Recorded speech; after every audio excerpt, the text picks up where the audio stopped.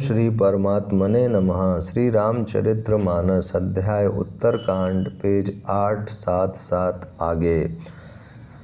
जब तब नियम योग अपने अपने वर्ण आश्रम के धर्म श्रुतियों से उत्पन्न वेद विहित बहुत से शुभ कर्म, ज्ञान, दया, दम, इंद्रिय निग्रह, तीर्थ स्नान आदि जहाँ तक वेद और संत जनों ने धर्म कहे हैं उनके करने का, तथा हे प्रभु अनेक तंत्र वेद और पुराणों के पढ़ने और सुनने का सर्वोत्तम फल एक ही है, और वह सब साधनों का भी यही एक सुंदर फल है कि आपके चरण कमलों में सदा सर्वदा प्रेम हो।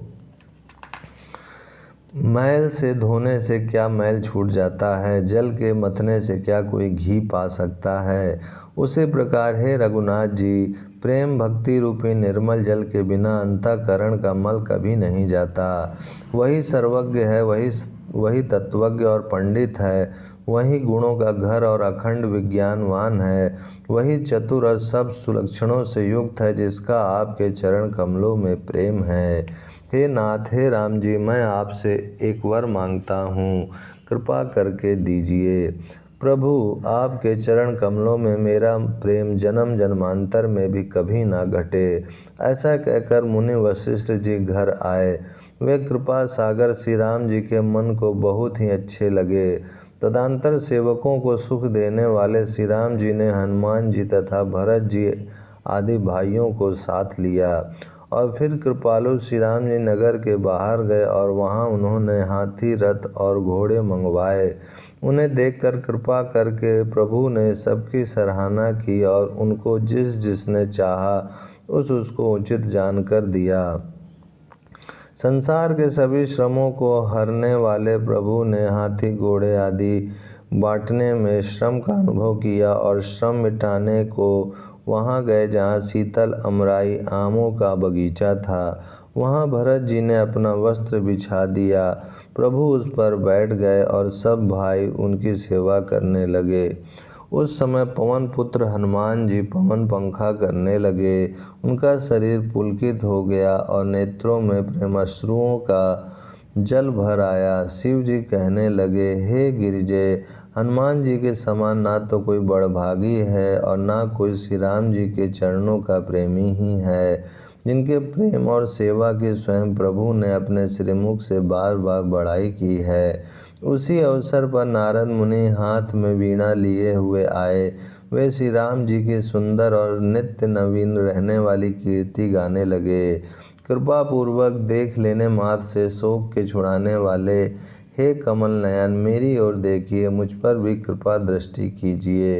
हे हरि, आप नील कमल के समान श्याम वर्ण और कामदेव के शत्रु महादेव जी के हृदय कमल के मकरंद प्रेम रस के पान करने वाले भ्रमर हैं।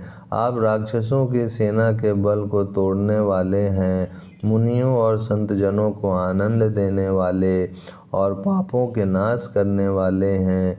ब्राह्मण रूपी खेती के लिए आप नए मेघ समूह हैं और शरणहीनों को शरण देने वाले तथा दीन जनों को अपने आश्रय ग्रहण करने वाले हैं।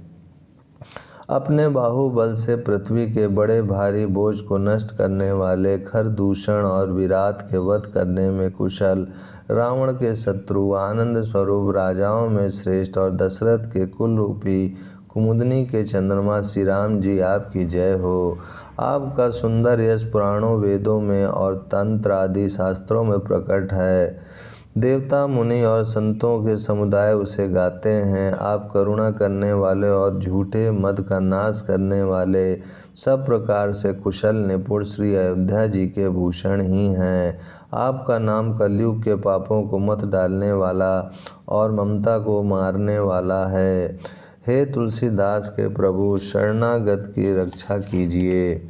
श्री रामचंद्र जी के गुण समूहों का प्रेम पूर्वक वर्णन करके मुनि नारद जी शोभा के समुद्र प्रभु को हृदय में धरकर जहाँ ब्रह्मलोक है वहाँ चले गए। शिव जी कहते हैं, हे गिरिजय सुनो, मैं यह उज्ज्वल कथा जैसी मेरी बुद्धि थी वैसी पूरी कह डाली। श्री राम जी के चरित्र 100 करोड़ अथवा अपार हैं। श्रुति और सारद भी उनका वर्णन नहीं कर सकते। भगवान श्री राम अनंत हैं, उनके गुण अनंत हैं। जन्म, कर्म और नाम भी अनंत हैं। जल की बूंदें और पृथ्वी के रज कण चाहे गिने जा सकते हों, पर श्री रघुनाथ जी के चरित्र वर्णन करने से नहीं चूकते। यह पवित्र कथा भगवान के परम पद को देने वाली है। इसके सुनने से अविचल भक्ति प्राप्त होती है। हे उमा, मैंने वह सब सुंदर कथा कही जो काकभूषुंडी जी ने गरुड़ जी को सुनाई थी। मैंने श्री राम जी के कुछ थोड़े से गुण बखान कर कहे हैं। हे भवानी, सो कहो, अब और क्या कहूँ। श्री राम जी की मंगलमय कथा सुनकर पार्वती जी हर्षित हुईं और अत्यंत विनम्र तथा कोमल वाणी बोली, हे त्रिपुरारी, मैं धन्य हूँ, धन्य हूँ, धन्य हूँ, जो मैंने जन्म मृत्यु के भय को हरण करने वाले श्री राम जी के गुण चरित्र सुने। हे कृपा धाम, अब आपकी कृपा से मैं कृतकृत्य हो गई, अब मुझे मोह नहीं रह गया। हे प्रभु, मैं सच्चिदानंद घन प्रभु श्री राम जी के प्रताप को जान गई। हे नाथ, आपका मुख रूपी चंद्रमा श्री रघुवीर की कथा रूपी अमृत बरसाता है। हे मति धीर, मेरा मन कर्णपुटों से उसे पीकर तृप्त नहीं होता।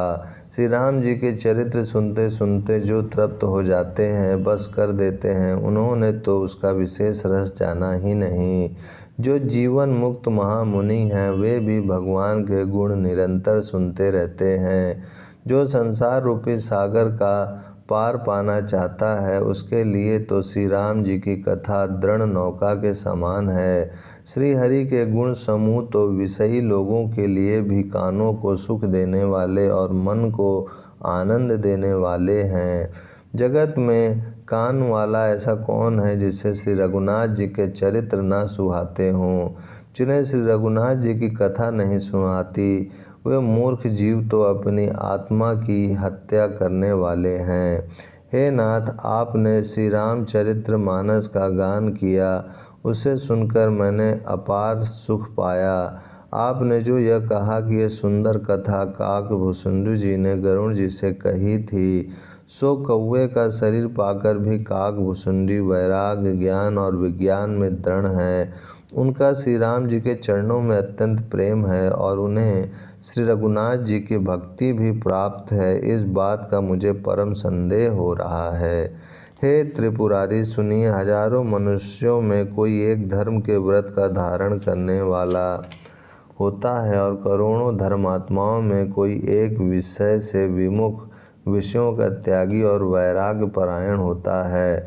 श्रुति कहती है कि करोड़ों विरक्तों में कोई एक ही सम्यक यथार्थ ज्ञान को प्राप्त करता है और करोड़ों ज्ञानियों में कोई एक ही जीवन मुक्त होता है। जगत में कोई विरला ही ऐसा जीवन मुक्त होगा। हजारों जीवन मुक्तों में भी सब सुखों की खान ब्रह्म में लीन विज्ञानवान पुरुष और भी दुर्लभ हैं।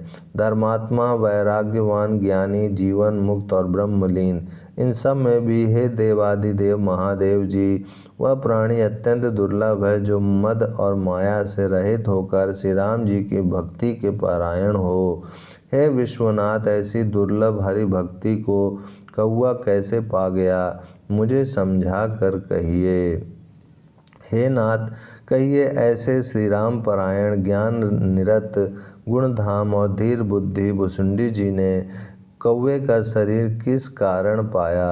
हे कृपालु, बताइए, उस कौवे ने प्रभु का यह पवित्र और सुंदर चरित्र कहाँ पाया। और हे कामदेव के शत्रु, यह भी बताइए, आपने इसे किस प्रकार सुना। मुझे बड़ा भारी कौतूहल हो रहा है। गरुड़ जी तो महान ज्ञानी और सद्गुणों की राशि, श्री हरि के सेवक और उनके अत्यंत निकट रहने वाले उनके वाहन ही हैं। उन्होंने मुनियों के समूह को छोड़कर कौवे से जाकर हरि कथा किस कारण सुनी। कहिए, काकभूषुंडी और गरुड़, इन दोनों हरि भक्तों की बातचीत किस प्रकार हुई। पार्वती जी की सरल सुंदर वाणी सुनकर शिव जी सुख पाकर आदर के साथ बोले, ओम शांति शांति शांति।